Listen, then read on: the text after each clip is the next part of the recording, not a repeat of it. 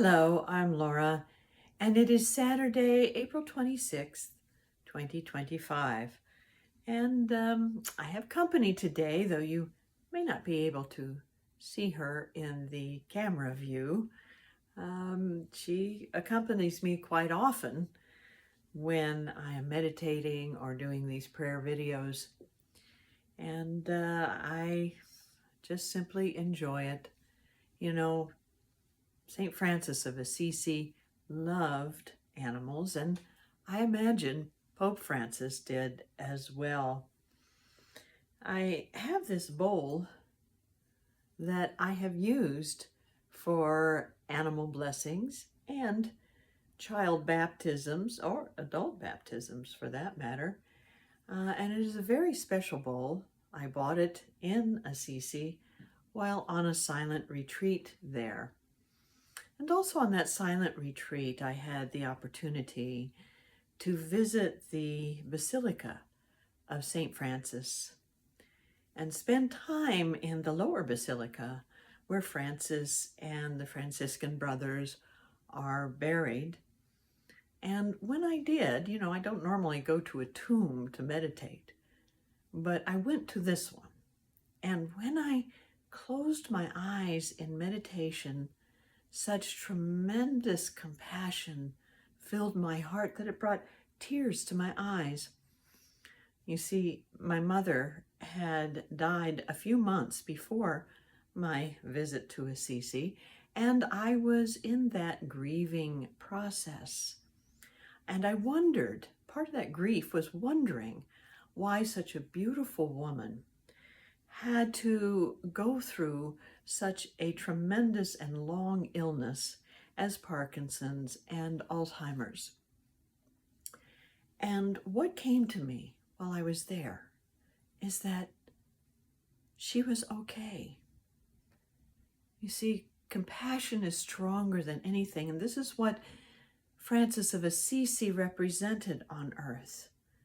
She was okay and in good company of love and light and spirit, and that she had always been okay because, like all of us, she had a great heart and a great spirit that is always connected with God and with others. And as Francis of Assisi, as well as Pope Francis, have demonstrated, one of the greatest ways to feel that connection is compassion. So, this is Heartline. It is a spiritual look at today's headlines, happenings, holidays, and human conditions. And today, the headline dominating the news is the Pope's funeral.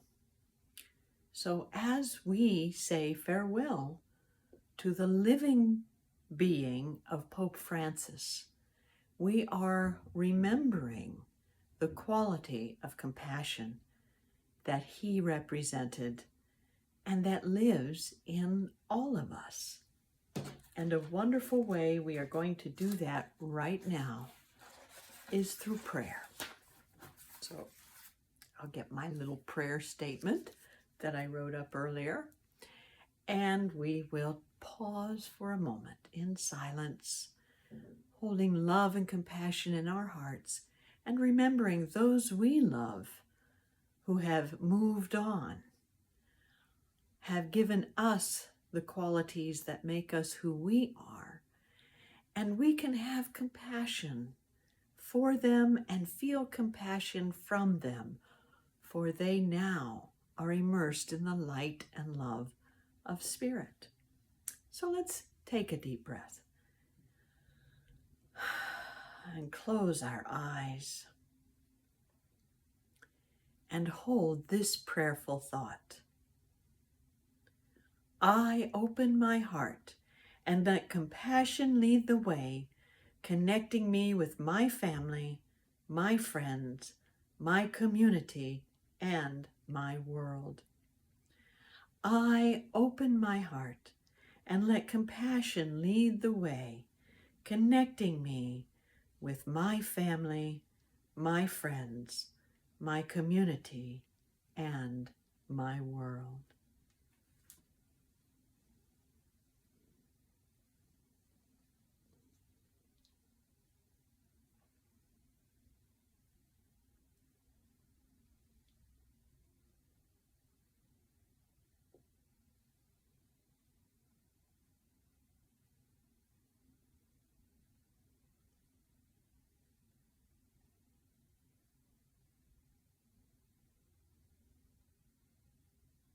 And so it is. You know, as I read that statement, you probably couldn't hear it over the video, but Sophia's purring got louder and more enthusiastic. And that's what compassion is for.